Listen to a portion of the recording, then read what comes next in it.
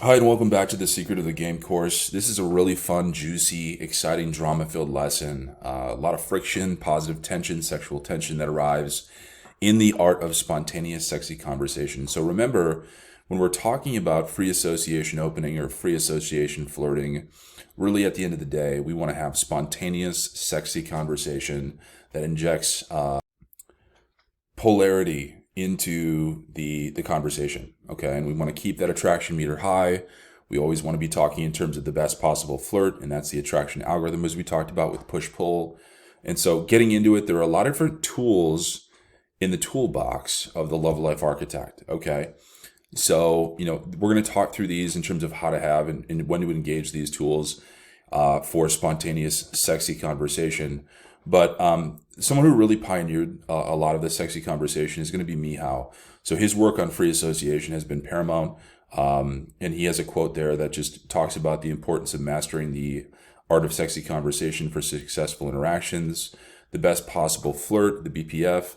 That's a concept that was taken from Olivia and Deb in their book Flirt Texting, and it's basically the idea of using status intelligence to come up with the best possible text, is what they called it. But we call it the best possible flirt at any given time, using that intelligence, and it's contextual, it's in moment, and it's spontaneous and status induced. So it's verbal. It creates that positive drama and in that polarity of attraction through push-pull dynamic is a mixed message as we talk about. So this is the importance of the best possible flirt. We're going to practice on how to do that with exercises as well as in field. And it's known as the push-pull cycle, and it involves saying like "I hate you" verbally while saying "I love you" physically, or vice versa. It's that mixed message that you're trying to send, and it's supposed to be playful. The purpose of the BPF is to create positive drama, which is experiences attraction, that tension, a lot of the stuff that Cocky Funny talks about with David D'Angelo.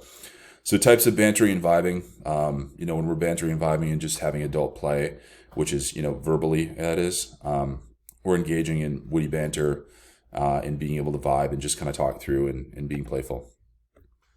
So the idea of value statements, when you're in field and you're basically having a conversation and you're flirting with a girl, you're not going to be wanting to do the nice guy syndrome route of an interview type questions, line of questions. Okay. Most guys out there that don't get it are going out there and saying, "Oh, what do you do? Where did you go to school? Where are you from?" Like these questions are not drama and impactful emotionally for her and her attraction meter. So if you do need to get information about her in some capacity, try trading passion statements or value statements back and forth with her. So you know what?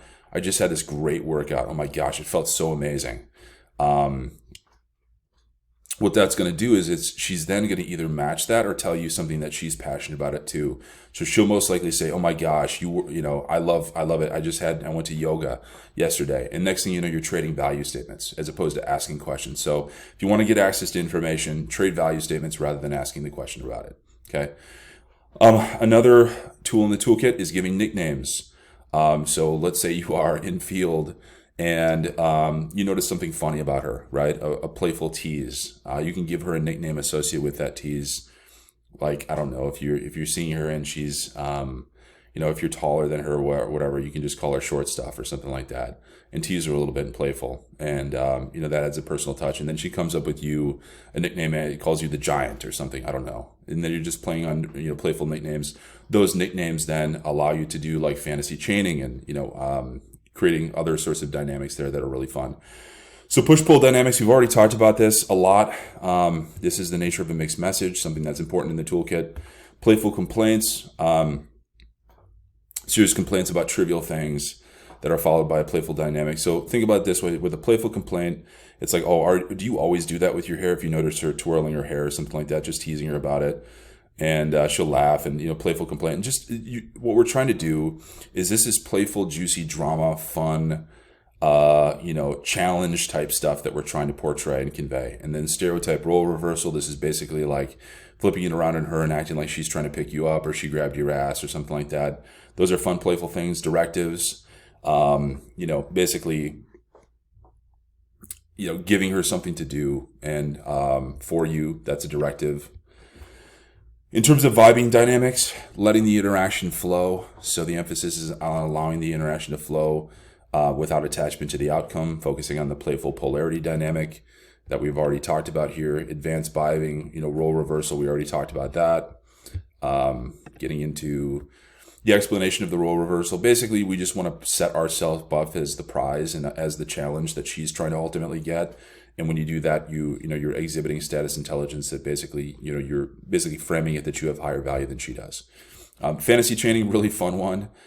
This is great for role playing or for nicknames, where basically, you introduce yourself as like, you're playing like actors and actresses, like saying like, oh yeah, I'm Brad, you ask her what her name is, and then you tell her, she asks you what your name is, and you say Brad Pitt, and she tells you her name is an actress, and then you can fantasy chain together. It's a fun, playful thing with role playing as well. So those are things we'll talk about in exercises, how to get to that level with the girl, that playful, fun, interactive level. There's also games that you can play with her. So I'll think of some games that we can talk about in a further lesson here. But the games are basically like, there's like the fuck, marry game that you can talk through, like looking around the room. Who would you rather fuck? Who would you rather marry? All that stuff. Getting into fantasy chaining and role playing, the example or explanation of fantasy chaining is creating an imaginative scenario together to deepen emotional connection and attraction. Role playing, you can create shared experiences with inside jokes, strengthening the bond.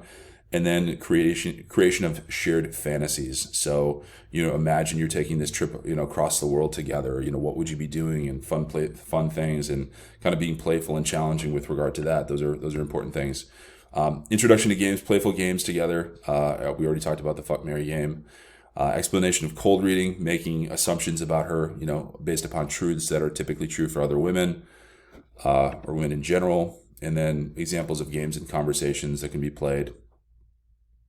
And the importance of demonstrating value through games. We can talk about that later. Teaching her is important. If you know about love dynamics and love life architecture that you're learning in this course, you can basically convey the fact that you're an insider and that you know about all this stuff, and like analyzing, oh my gosh, can you believe what that guy's doing? He's probably, trying to buy her a drink or something like that, and trying to get in her pants, and like showing her that you're an insider and that you have this inside information. That's about teaching her. And then the vibing mastery is just letting the conversation naturally flow. So these are different tools in the toolkit of the Love Life Architect to create spontaneous, sexy conversation. I would say that the most important one, though, is going to be the best possible flirt at any given time, coming up with that, and then being able to riff on that with some of these different tools in the toolkit to keep it fun and playful, establish those inside jokes in that shared frame. And then you're going to be in a really good situation to be able to isolate and give her an early kiss, and to take it from there. So hopefully that was helpful, guys. I know it was a lot. This was a big lesson here, but on to the next one.